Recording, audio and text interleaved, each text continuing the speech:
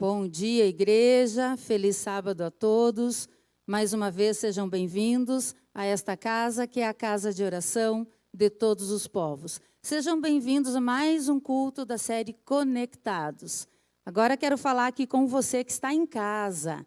Nosso irmão aqui da igreja de Várzea Grande, que não está podendo ainda comparecer aos cultos presenciais, seja muito bem-vindo. Que bom que você está conectado conosco pelas redes sociais. Você que está no YouTube, não se inscreveu ainda no canal? Não perca mais tempo. Se inscreve para que você não perca mais nenhum culto da série. Também, você que já se inscreveu, compartilha lá com os seus amigos. Deixa o seu like para que mais pessoas possam ouvir a palavra de Deus através da sua colaboração, fortalecendo o nosso canal. E você que está nos acompanhando pelo Facebook, compartilha também, marca seus amigos. Vamos juntos fazer uma corrente para que a palavra de Deus chegue a todos os povos, a todas as nações. Sejam todos bem-vindos a mais um culto nesse momento. Vamos agora ouvir a adoração infantil. Convide as crianças, chama aí para a sala. Agora é o momento delas. Crianças que estão aqui na igreja, é o seu momento agora. Antes da série das crianças do momento infantil, eu quero fazer um convite especial para você que está em casa. A igreja aqui já foi convidada. Amanhã, na série Por que Creio, às 19h30, nós estamos iniciando um bloco novo, que com certeza será uma bênção para você. É a série que terá a participação do pastor Flávio e o pastor Heverson. Por que Creio, amanhã, 19h30. A nossa igreja está toda decorada, esperando você conectado conosco. Os irmãos que estão aqui na igreja e você que está em casa. Não perca o seu horário para amanhã. Transformará as nossas vidas, com certeza. Agora sim, o momento da adoração infantil.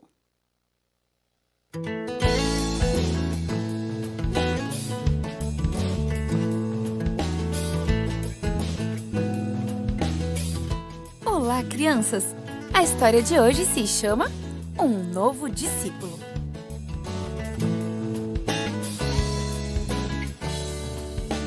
O verso para decorar está no livro de Atos, no capítulo 1, verso 8, e diz: Vocês serão minhas testemunhas em Jerusalém, em toda a Judéia e Samaria, e até os confins da terra. A mensagem é: os amigos de Jesus o conhecem bem. Você já perdeu um amigo? Alguém que mudou para longe ou foi para uma outra escola? Muito tempo atrás, um dos amigos de Jesus escolheu traí-lo. Esse discípulo, Judas, tirou a própria vida. Os outros discípulos e amigos escolheram alguém para ficar no lugar de Judas. Vamos descobrir como foi. Muita coisa havia acontecido nas últimas 6 semanas. Os discípulos ainda sentiam pânico e o medo tomava conta deles. Eles haviam fugido do jardim quando os soldados prenderam Jesus, e eles os tinham visto morrer. Ao fecharem os olhos, quase podiam ouvir a multidão gritando: Crucifica-o! Crucifica-o! Nunca esqueceriam o vazio daquele sábado depois da morte de Jesus. Visitantes tinham vindo a Jerusalém à procura de Jesus para apenas ser informados de que ele havia sido crucificado. Todos se sentiram paralisados. No domingo de manhã, a luz da esperança começara a brilhar novamente. As mulheres interromperam o salão acima gritando: Jesus está vivo! Parecia inacreditável. A princípio, não puderam acreditar nas boas novas. Então, Jesus lhes aparecera. Durante as poucas semanas passadas, eles despenderam tempo juntos, ouvindo e aprendendo mais sobre o Mestre. Poucos dias antes, eles haviam ido com Jesus ao Monte das Oliveiras. Ali, ele lhes dera a promessa. Esperem em Jerusalém até eu lhes enviar o Espírito Santo. Ele os guiará e os consolará. Digam às pessoas que eu as amo. Digam-lhes que eu vim para salvá-las de seus pecados. Então, viram Jesus subir no ar. Olharam firmemente para cima, tentando vê-lo pela última vez. Cada dia, depois dessa ocasião, os discípulos e outros crentes se reuniam em uma grande sala. Eles conversavam sobre as coisas que Jesus lhe ensinara e oravam juntos. Certo dia, cerca de 120 crentes estavam reunidos ali. Pedro se levantou. Todos ficaram silenciosos quando ele começou a falar. Vocês serão minhas testemunhas em Jerusalém, dissera Jesus, em toda a Judéia e Samaria e até os confins da terra. Judas morreu. Precisamos escolher alguém para ocupar o seu lugar. Deve ter alguém que tenha andado com Jesus durante todo o tempo em que ele ficou conosco. Ele lhes lembrou o trabalho que Jesus lhes dera. Sim, era tempo de espalhar as boas novas através do mundo. As outras pessoas conversaram um pouquinho, mas abanaram a cabeça. E Pedro continuou. Pedro queria alguém que tivesse seguido a Jesus desde que João o batizara. Alguém que soubesse que Jesus fora levado novamente para o céu, que contasse para as pessoas sobre o amor de Jesus e de como ele morrera exatamente por eles. As pessoas na sala concordaram. Logo, 2 sugestões foram feitas. Um homem chamado José e outro por nome Matias. Era uma decisão difícil. Eles oraram juntos. Senhor, tu sabes os pensamentos de todos. Mostra-nos quem destes 2 tu escolhestes. Quem servirá para ocupar o lugar de Judas? Naquele tempo, era comum lançar sortes. Uma das maneiras era usar 2 varas, uma longa e uma curta, para resolver como agir. Não sabemos qual método eles usaram, mas Matias foi escolhido para ocupar o lugar de Judas. Daquele dia em diante, Matias serviria com os outros discípulos. Falaria ao mundo sobre Jesus e seu amor por todos. Atualmente, Jesus ainda precisa de discípulos que o sigam. Pessoas que o conheçam e o sirvam. Pessoas que falem aos outros sobre seu amor e como ele veio para salvá-las. Você falará aos outros sobre Jesus?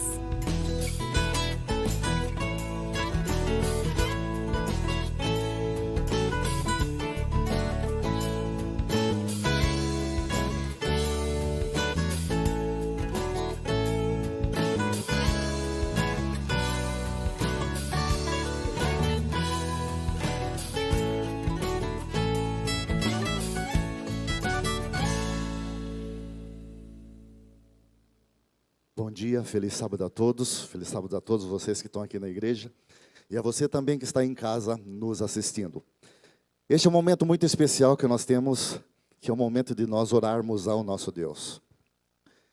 Nós temos a ciência, estamos sabedores do momento em que nós estamos vivendo no nosso planeta.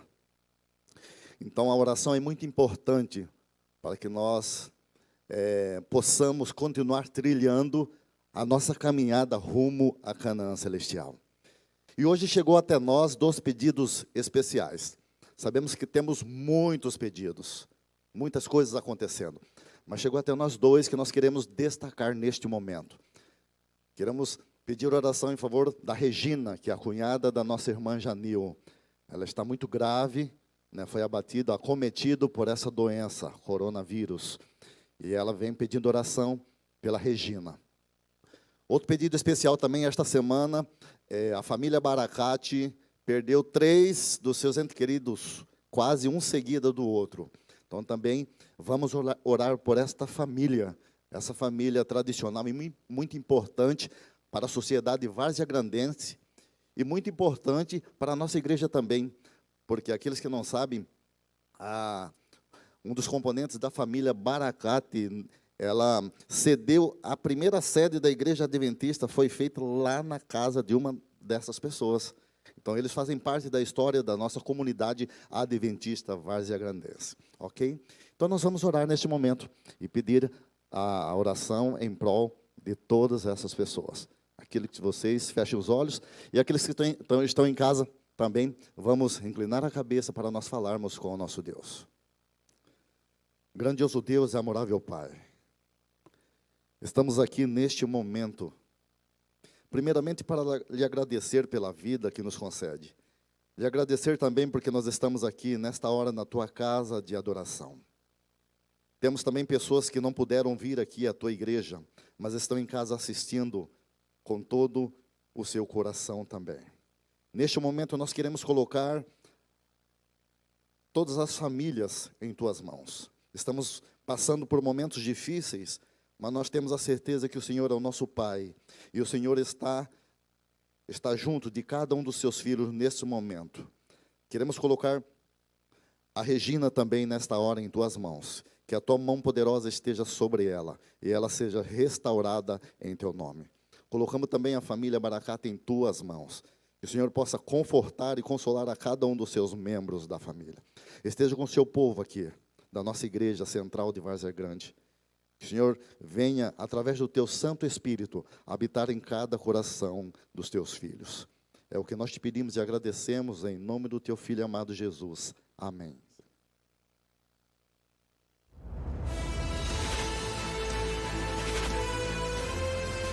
Provai e vede. História de hoje: o desafio de Hannah.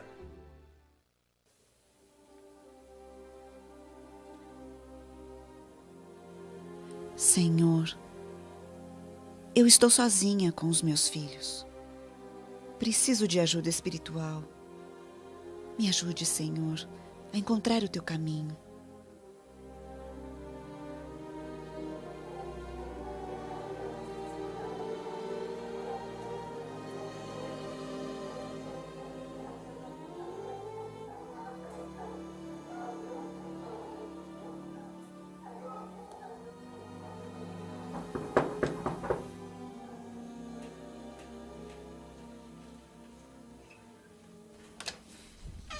Bom dia! Bom dia. Sou o representante do Serviço Educacional Lar e Saúde e gostaria de falar com a senhora numa breve visita. Eu poderia entrar?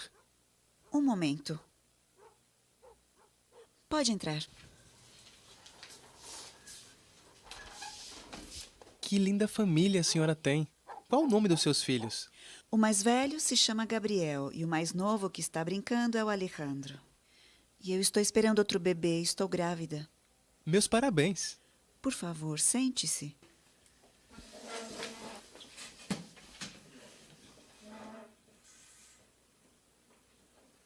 O objetivo da minha visita é apresentar um material muito útil para a família, como, por exemplo, esta Bíblia.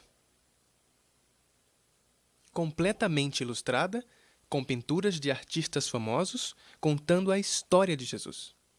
Que Bíblia linda!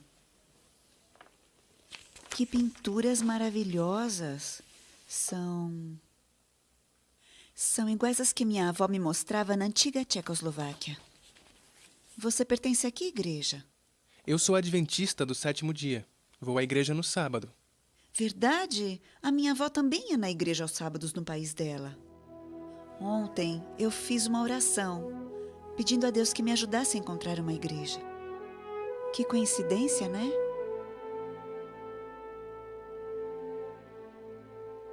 Naquele dia, Hannah comprou O Desejado de Todas as Nações e também outro livro de cozinha. Tive a oportunidade de orar por ela, pelos seus 2 filhos e também pelo bebê que logo nasceria. Depois, lhe entreguei um folheto com o endereço da igreja. No nosso trabalho como coportores, não podemos saber o que vai acontecer com as pessoas que recebem os livros que distribuímos. Porém, eu fui abençoado 4 anos depois, em um encontro de coportagem que foi realizado na Universidade Adventista do Plata. Naquele dia, vi a Hannah novamente, dando seu testemunho diante de todos os coportores. Ela comentou que depois da visita de um coportor, foi à igreja, estudou a Bíblia e se batizou. Hoje em dia, tenho o enorme prazer de ter esta linda família como meus amigos. Aquela bebê que estava por nascer se chama Natália e é fisioterapeuta. Alejandro, segundo filho, é pastor e diretor do Centro Adventista de Vida Saudável de Missões. E Gabriel, o primogênito, também é pastor e dirige a Casa Publicadora da Argentina. Hannah está aposentada e vive em Libertador, San Martín. Aquela visita do colportor mudou a minha vida. Depois, já batizada, eu também me uni à colportagem e tive como diretor o pastor Carlos Fernandes. Eu vivo em San Juan. Estou trabalhando no meu último distrito pastoral e em breve vou me aposentar. Agradeço a Deus pela obra que Ele fez em minha vida todos esses anos pela experiência maravilhosa da colportagem e por ter a certeza de que muita gente estará no céu por causa desse trabalho. Agradeço a Deus também pelo ministério pastoral, pois me permitiu batizar muitas pessoas e, dessa forma, tocar o céu com as mãos. Provai e vede. Que lindo testemunho de fé do nosso querido pastor Carlos Fernandes. Agora, quero convidá-los a participar deste momento de adoração, através dos nossos dízimos e ofertas. Que Deus os abençoe.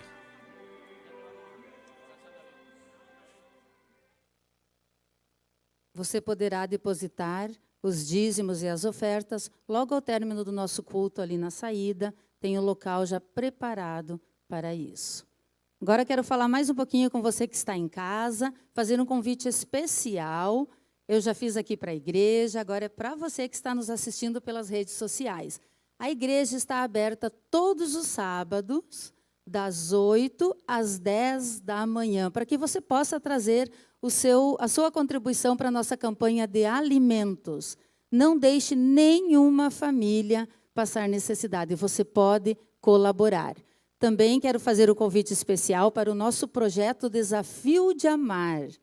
Esse é um projeto específico para os casais. Os casais que não estão podendo vir à igreja podem participar de casa mesmo. As mulheres que estão inscritas lá no grupo do Ministério da Mulher já estão recebendo o nosso desafio. Mas ele é um projeto para o casal. Então, os homens estão recebendo, por meio do Departamento Lar e Família, por linha de transmissão. Perdão.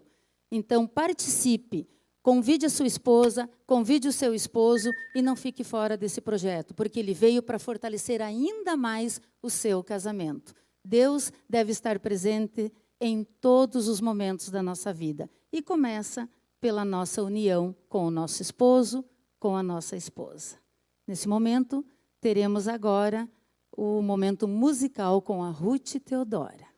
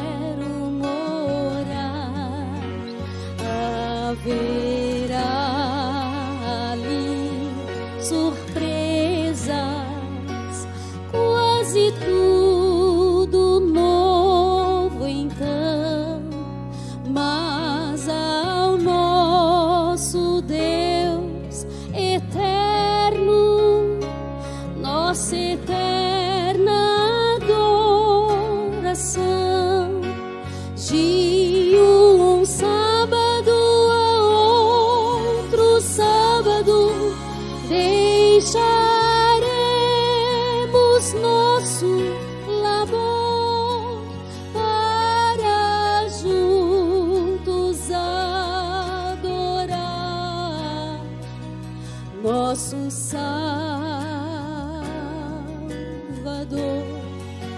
de um sábado a outro sábado, deixaremos nosso labor para juntos adorar nosso Rei, nosso Salvador.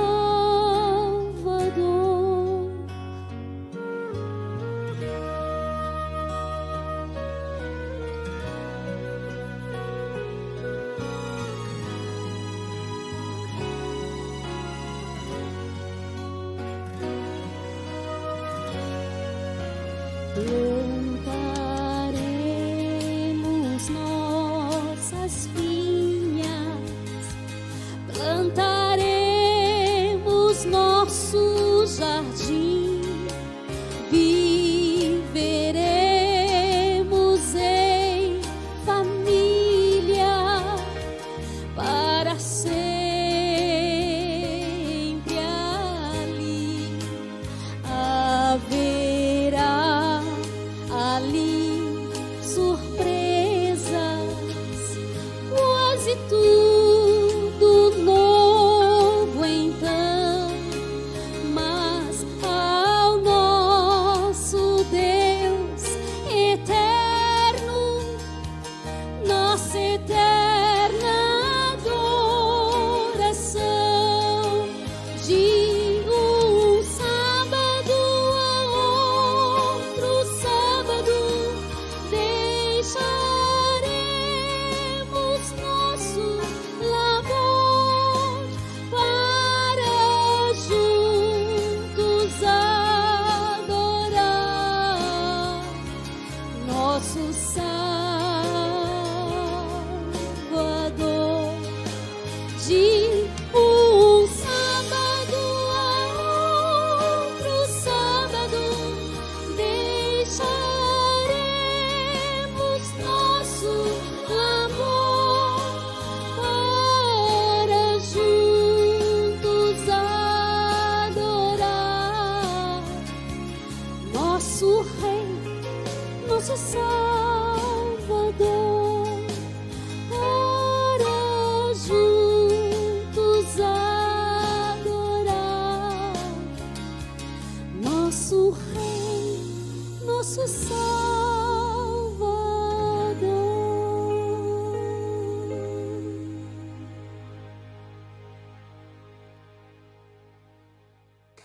E aí, tudo jóia com vocês? Espero que sim.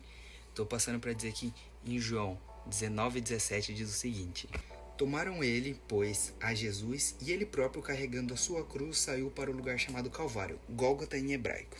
Eu queria trazer uma reflexão pra gente. O que prendia Jesus naquela cruz não eram os pregos. Jesus era o inventor da vida, o cara mais poderoso do mundo. Ele podia sair lá a hora que ele quisesse e nem ia precisar fazer força alguma. E o que realmente prendia Jesus naquela cruz era você. Ele olhava pra você, ele permanecia. Ele olhava pra você, ele não desistia. Ele via você curado, ele levava toda a enfermidade para ele. Ele via você em paz e pegava todo o castigo para si. Então fica claro que Deus preferiu sentir a dor da perca de um filho, para que eu e você nunca mais sentíssemos a dor da ausência de um pai.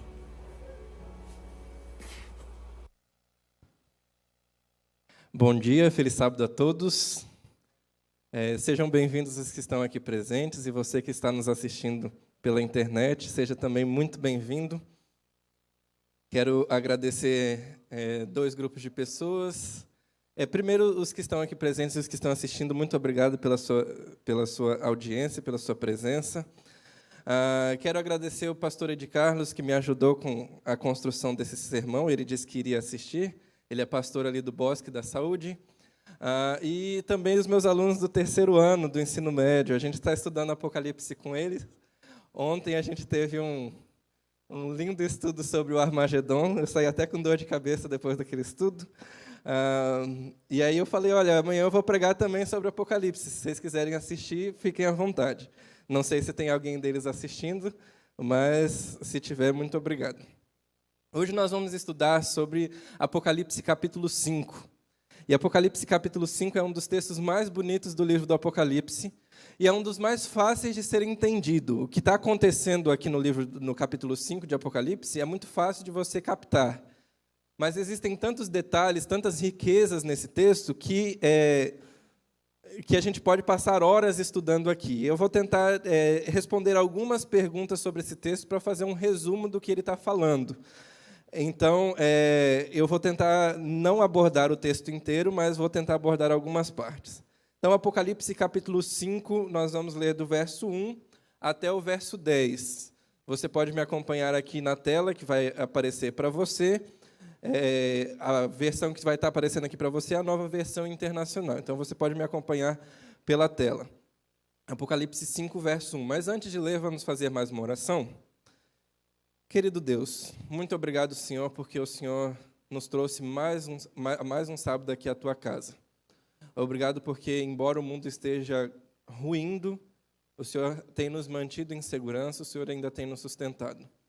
Nós vamos agora estudar Apocalipse 5, vamos aprender que Jesus é o Rei de toda a terra, que Ele seja também o Rei do nosso coração.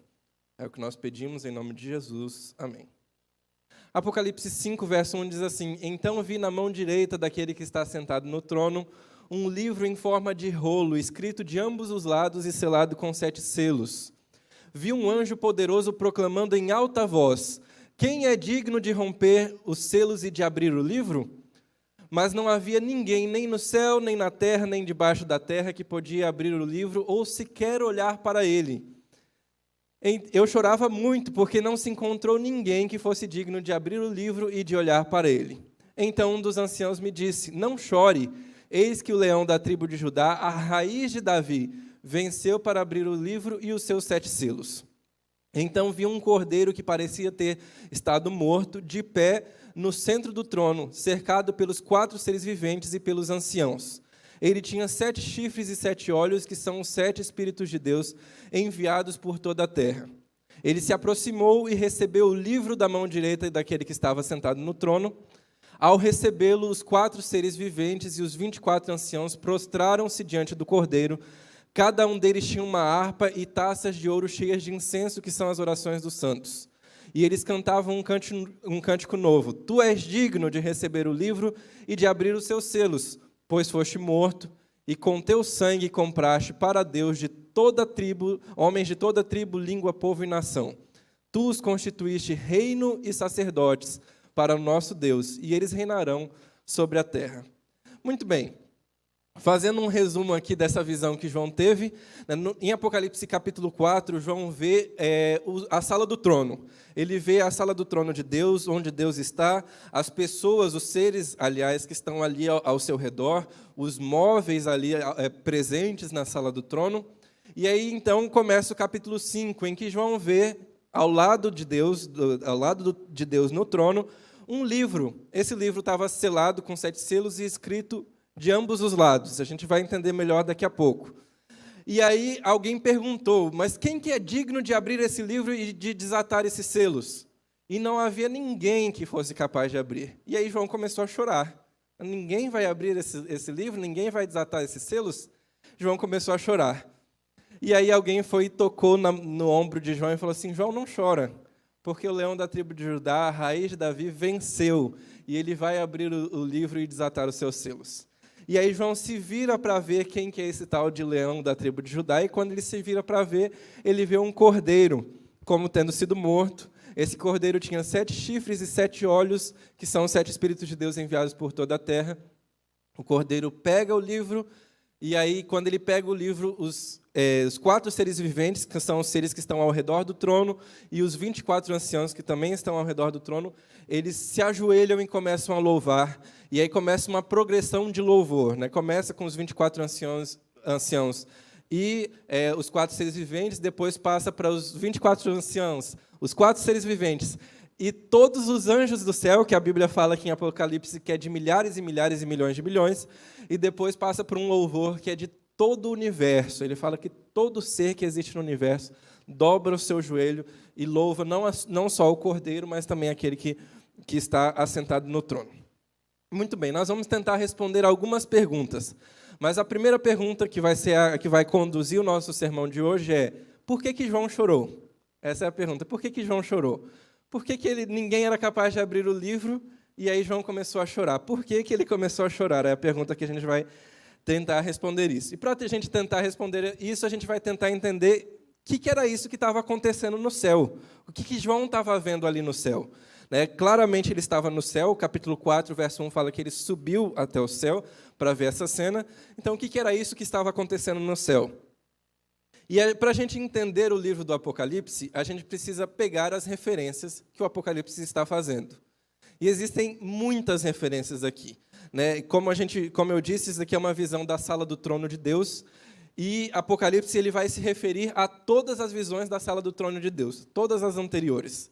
E aí você vai ver muitas coisas parecidas com Daniel capítulo 7, você vai ver muitas coisas parecidas com Isaías capítulo 6, quando Deus chama Isaías. Você vai ver muitas coisas parecidas com Zacarias capítulo 3. Mas tem um texto que não cita a sala do trono em si, o local, mas ele cita mais ou menos o que estava acontecendo aqui, que é Jó capítulo 1, verso 6 a 8. Jó capítulo 1, verso 6 a 8 também está falando da sala do trono. Mas ele está falando mais da função que acontece ali na sala do trono, do que estava acontecendo na sala do trono, do que, de fato, dos móveis, dos seres que estavam ali ao redor. Jó capítulo 1, verso 6 diz assim: Num dia em que os filhos de Deus vieram apresentar-se perante o Senhor, veio também Satanás entre eles. Então perguntou o Senhor a Satanás: De onde vens? E Satanás respondeu ao Senhor e disse: De rodear a terra e passear por ela. Perguntou ainda o Senhor a Satanás: Observaste meu servo Jó? Porque ninguém há na terra semelhante a ele, homem íntegro, reto, temente a Deus e que se desvia do mal. Para a gente entender esse texto melhor, a gente precisa lembrar que a narrativa bíblica, especialmente do Antigo Testamento, ela é construída basicamente através dos diálogos. Então, você percebe, por exemplo, lá na história de José, de outras histórias, o narrador ele conta a história e depois alguém vai e repete a mesma história recontando. Então, José fez isso, isso e isso. Aí um dos irmãos de José vai dizer: José fez isso, isso e isso, repetindo basicamente. Porque as histórias narrativas bíblicas do Antigo Testamento, elas são basicamente contadas através do diálogo. No diálogo acontece o conflito, no diálogo acontece o clímax, e é o que aparece aqui em Jó. A história de Jó, basicamente, é a história do diálogo entre Deus e Satanás, nesse caso aqui. Toda a história, toda a situação, ela é montada dentro desse diálogo. E o que acontece é que, para a gente entender melhor, antigamente, no período ali do Antigo Testamento, os reis, para verem se estava todo mundo confirmando eles como reis, para ver se não tinha ninguém tentando dar um golpe de Estado, alguma coisa assim, eles despiam suas roupas de reis, colocavam uma roupa mais humilde, colocavam uma capa, e nas madrugadas eles iam para lugares como tabernas, como os bares de hoje, para ver lá o povo exaltado, o povo eufórico, ver o que eles estavam falando do rei, dele mesmo, né? E ele, então, passava uma noite numa cidade, outra noite na outra cidade, outra noite na outra cidade. Quando ele rodeava todo o seu território, ele voltava para o seu palácio. E aí, voltando para o seu palácio, se ele rodeou todo o território e viu que não tinha ninguém que era contra ele, ele falava assim: eu rodeei a minha terra e passeei por ela. Ou seja, todo mundo está sob o meu domínio. Quando Satanás disse assim: olha, eu venho de rodear a terra e passear por ela, ele está dizendo assim: a terra inteira está sob o meu domínio. E note o que Deus responde logo em seguida. Ele fala assim: mas você viu meu servo Jó? Meu servo Jó não é assim. Ele é temente a Deus, ele é um homem íntegro, reto, temente a Deus e se desvia do mal. Então, Jó não está sob o seu domínio. E aí, quando a gente entende esse diálogo entre Deus e Satanás, a gente entende a pergunta que Deus fez. A pergunta que Deus fez é: de onde você está vindo? A gente entende melhor essa pergunta porque a gente entende que Deus está perguntando para Satanás de onde ele está vindo, não simplesmente para saber de onde ele está vindo, mas para entender que aquele contexto ali era um contexto de reunião de representantes de reis de planetas. Os filhos de Deus aqui que aparecem em Jó 1,6 são reis de planetas. E aí ele perguntou: mas você é rei de qual planeta? De onde você está vindo? E Satanás diz assim: olha, eu dei uma volta no mundo inteiro e a terra inteira é minha. E Deus rebate: mas você viu meu servo Jó? Não é bem assim o que você está falando. Mas note que Deus não expulsa Satanás dessa reunião. Ou seja, Satanás era assim o representante desse mundo. Jesus mesmo vai dizer lá no Evangelho de João que Satanás é o príncipe deste mundo. Satanás é o príncipe deste mundo. Satanás era. Porque quando você olha para as cenas da sala do trono no Antigo Testamento, você vai ver sempre Satanás ali presente. Lá em 2 Reis, capítulo 22, lá, aqui em Jó, capítulo 1, em Zacarias, capítulo 3. Mas quando você vai para o Novo Testamento, Satanás nunca mais estará presente na sala do trono, especialmente ali no Apocalipse, capítulo 5. Você não vê Satanás ali presente, porque Satanás foi expulso da sala do trono. E aí a gente entende melhor por que isso aconteceu, quando a gente entende a referência do livro que estava à direita de Deus. Né? Os tronos, antigamente, eles não eram simplesmente uma cadeira, como a gente tem uma ideia. Eles pareciam muito mais com o que hoje a gente conhece como sofá. Né? Então, imagine ali um sofá. Inclusive, em Apocalipse 3, verso 21, Jesus diz assim: assim como eu venci e me assentei com meu Pai no seu trono, aquele que vencer vai se assentar comigo no meu trono. Então, imagine um trono que caiba todos os vencedores. Né? É um trono muito grande, um sofazão enorme. Quando Jesus vai pegar aquele livro está fazendo uma referência que está em Deuteronômio, capítulo 17, verso 18 e 19. Deuteronômio, capítulo 17, verso 18 e 19. Quando subir ao trono do seu reino, mandará fazer num rolo uma cópia da lei, que está aos cuidados dos sacerdotes levitas para o seu próprio uso. Trará sempre essa cópia consigo e terá que lê-la todos os dias da sua vida, para que aprenda a temer o Senhor seu Deus e a cumprir fielmente todas as palavras desta lei e todos estes decretos. O que estava acontecendo ali na cena do trono era justamente o que Deuteronômio estava determinando. Na época do povo de Israel não existia uma coroação como a gente conhece hoje. Né? Coroação é o ato simbólico de entregar o reino para uma pessoa através do ato de colocar uma coroa em cima da cabeça dele. Por isso, coroação. Nos reis do antigo Israel, o que acontecia é que o rei entrava já com uma coroa, provavelmente, e quando ele ia se assentar no trono para receber o reino, ele então recebia uma cópia da lei, a Torá inteira. Ele recebia a cópia da lei, simbolizando que ele estava recebendo o reino. Ele estava recebendo o reino. Esse ato, como ele não recebia uma coroa, e sim ele recebia um livro e ele se assentava no trono, esse ato era chamado de entronização. O que está acontecendo em Apocalipse 5 é Jesus tomando o reino da terra.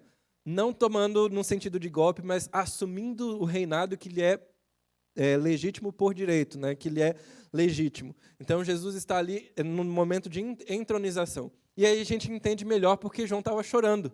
Porque se ninguém fosse capaz de abrir aquele livro, de nem mesmo olhar para ele, significava que a terra ia estar sem representantes. Ele estava chorando porque a terra estava sendo abandonada, digamos assim.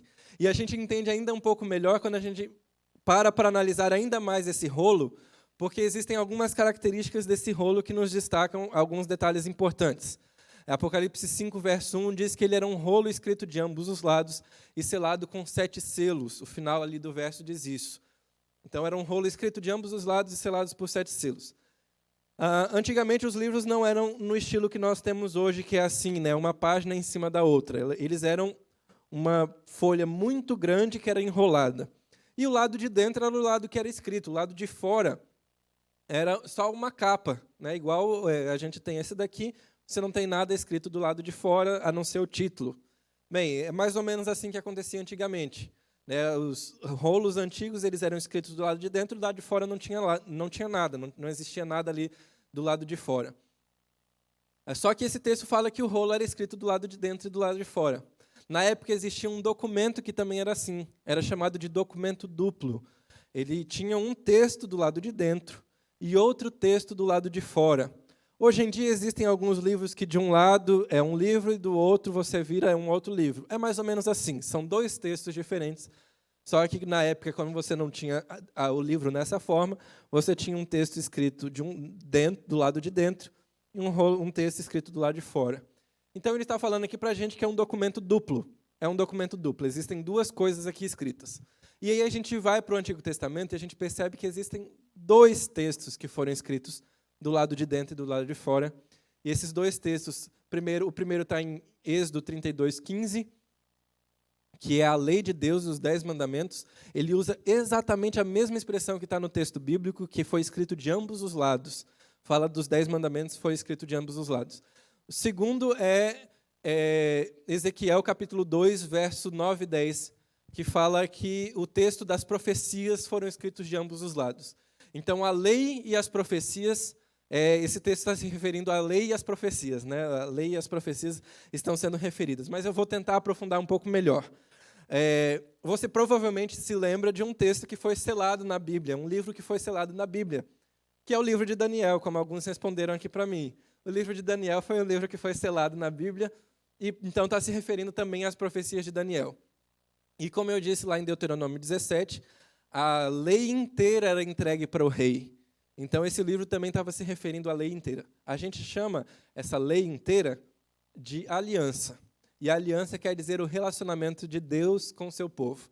A gente entende agora por que João estava chorando, ainda mais chorando de desespero.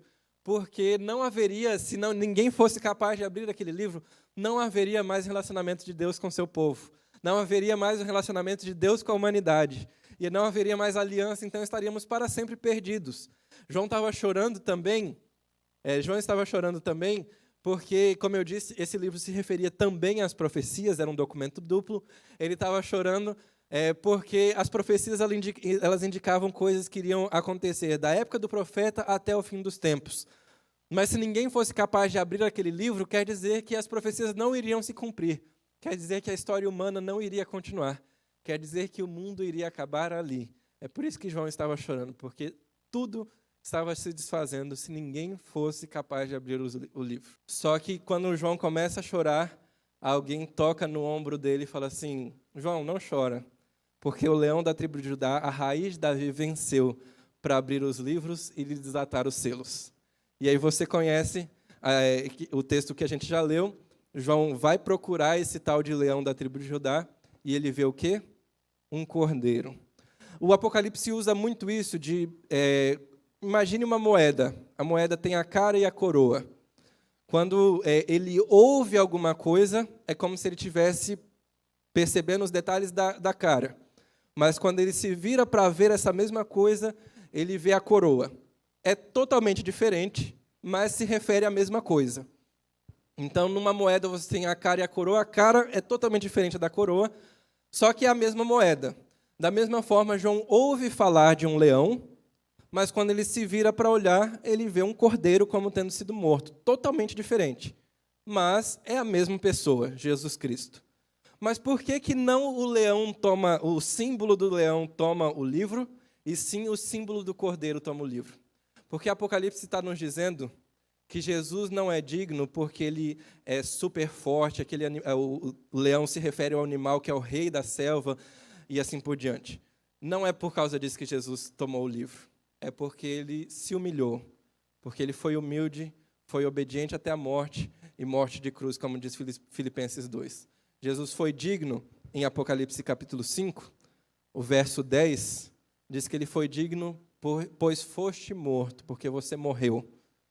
Por isso que o cordeiro foi digno, porque ele morreu, porque ele se humilhou, porque ele desceu, porque ele se esvaziou, Filipenses 2 diz. Ele foi digno.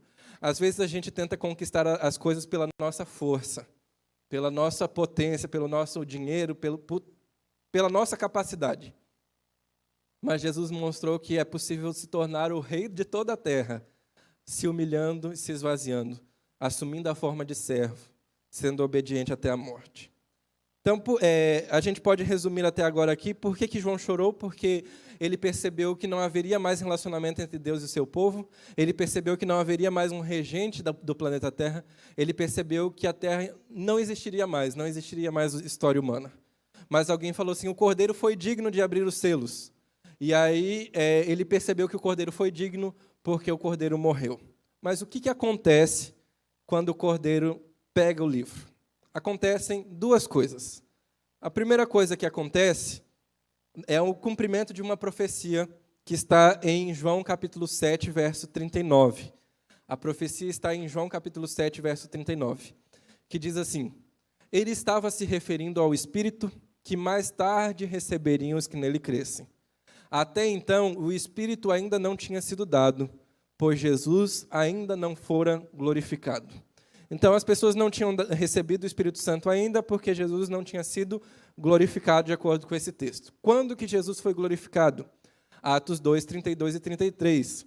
Deus ressuscitou esse Jesus e todos nós somos testemunhas desse fato. Exaltado à direita de Deus, ele recebeu do Pai o Espírito Santo prometido e derramou o que vocês agora veem e ouvem.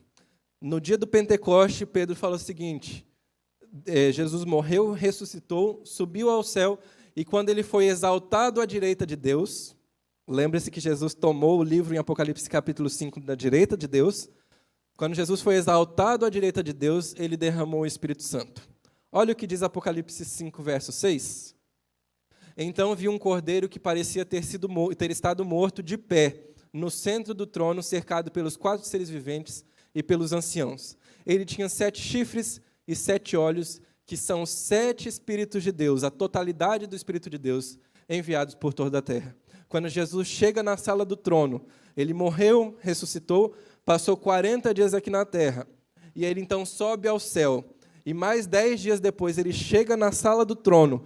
Quando ele chega na sala do trono para assumir o poder, o Espírito Santo desce como símbolo, como sinal de que ele havia sido aceito como o rei deste mundo.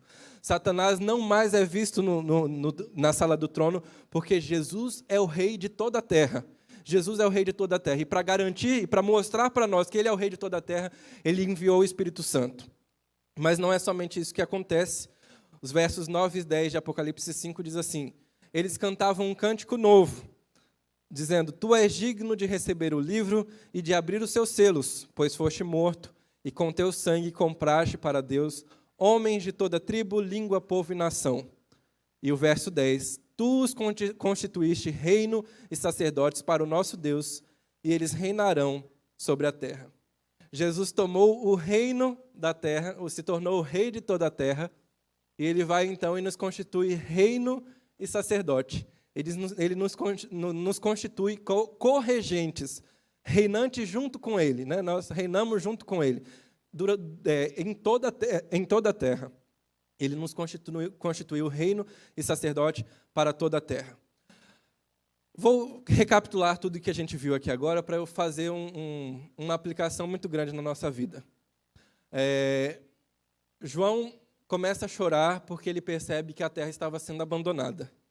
Não haveria um regente da terra, Deus não mais se relacionaria com seres humanos por causa do pecado, e não haveria mais história da terra, o mundo acabaria ali. Ele começa a chorar por causa disso. Mas ele descobre que o cordeiro era digno de abrir o livro e desatar os selos, porque o cordeiro morreu em nosso lugar. Deixa eu te dizer um negócio. Não existe no planeta Terra inteiro ninguém que Jesus não seja digno de salvar. Não existe ninguém no planeta Terra a quem você possa dizer: esse daí não tem mais jeito. Porque Jesus pagou um preço altíssimo para que ele fosse digno de salvar essa pessoa. E você pode estar pensando: eu já não tenho mais jeito. Saiba que Jesus pagou um preço altíssimo para ele ser digno de salvar você. Ele pagou um preço altíssimo para que você fosse comprado com o seu sangue, para que você fosse libertado, para que você fosse remido. Então não ache que você não tem mais chance. Não ache que alguém da sua família, alguém que você ama, não tenha mais chance. Porque Jesus é digno de salvar todas as pessoas que estão aqui na terra. Porque Ele comprou e Ele é o rei de toda esta terra. Mas mais do que isso, a Bíblia diz então que quando Ele toma o poder da terra, Jesus nos constitui reino e sacerdote. Sabe o que isso quer dizer? Em Marcos capítulo 1 diz que onde Jesus ia, ele falava assim: o reino de Deus está próximo.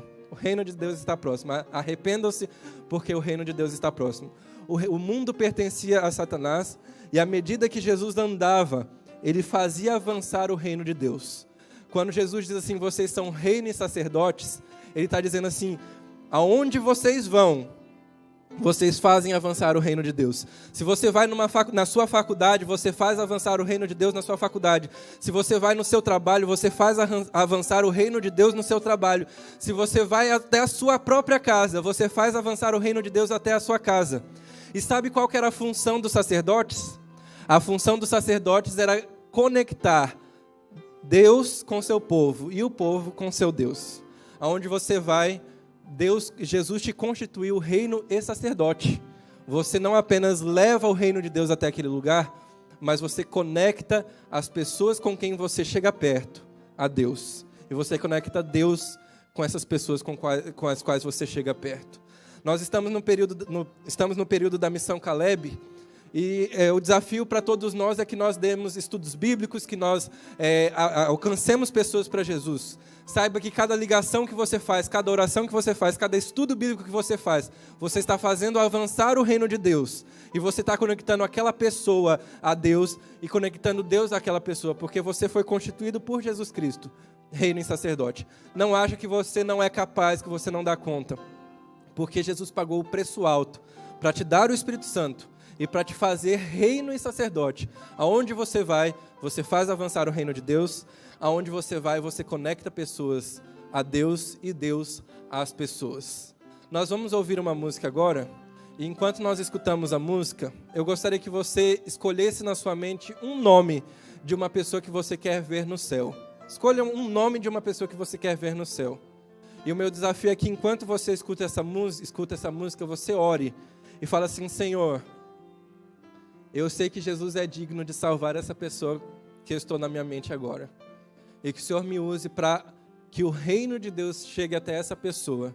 Que o Senhor me use para que eu conecte essa pessoa a Ti e o Senhor a essa pessoa. Para que o Senhor me faça de fato o reino e sacerdote na vida dessa pessoa. Para que ela seja salva pelo sangue, pela dignidade de Jesus Cristo. Então, enquanto você escuta essa música, que você coloque no seu coração o nome de uma pessoa e logo depois aqui do culto, mande para essa pessoa um áudio, mande para essa pessoa uma mensagem dizendo assim: olha, eu quero estudar a Bíblia com você, porque eu quero ver você no céu. Eu não quero que você fique aqui na terra. E eu sei que Jesus é digno de salvar você onde quer que você esteja. Então, vamos orar agora nesse momento, enquanto escutamos a música, por alguma pessoa que você sabe que Jesus é digno de salvá-la e que você quer que Deus o use como reino e sacerdote para alcançar essa pessoa para o reino de Deus.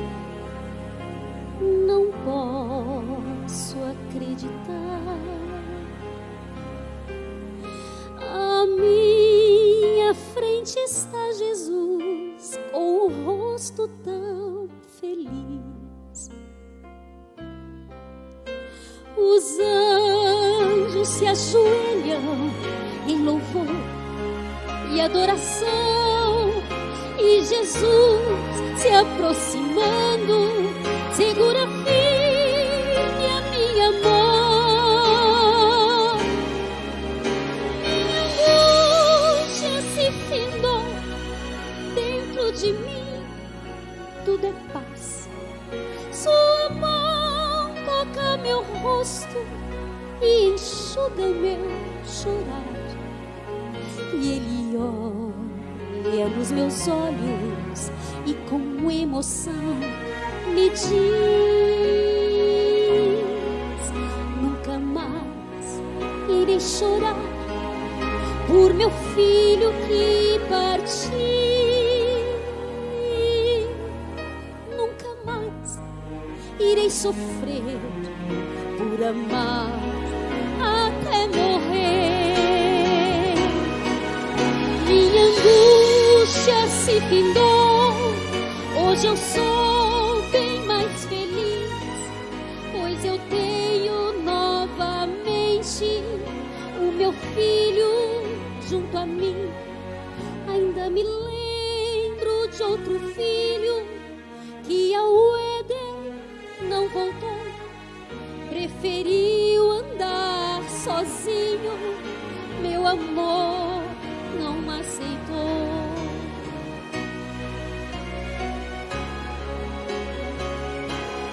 Eu te amo, ó meu filho, quanto tempo eu esperei.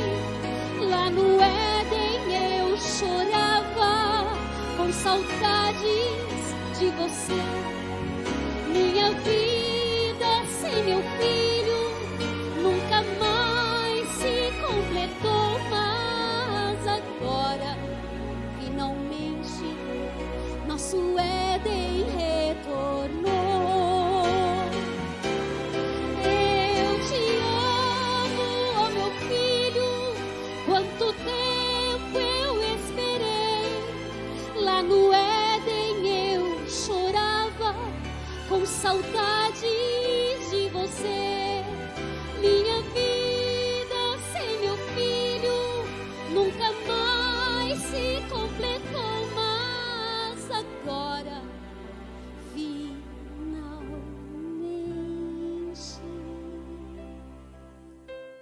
nosso Éden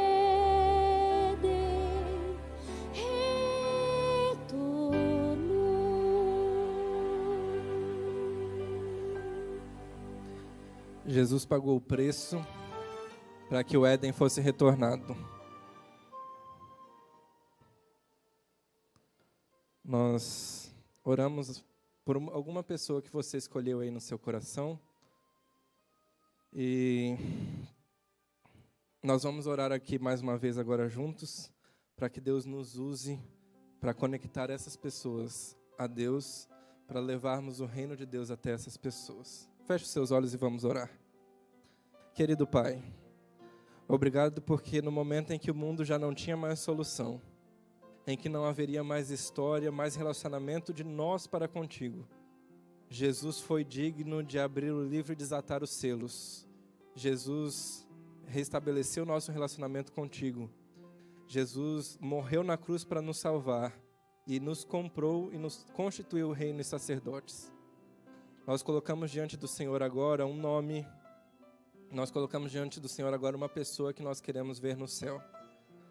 Nós fizemos isso porque confiamos que Jesus é digno e Jesus é capaz de salvar essa pessoa.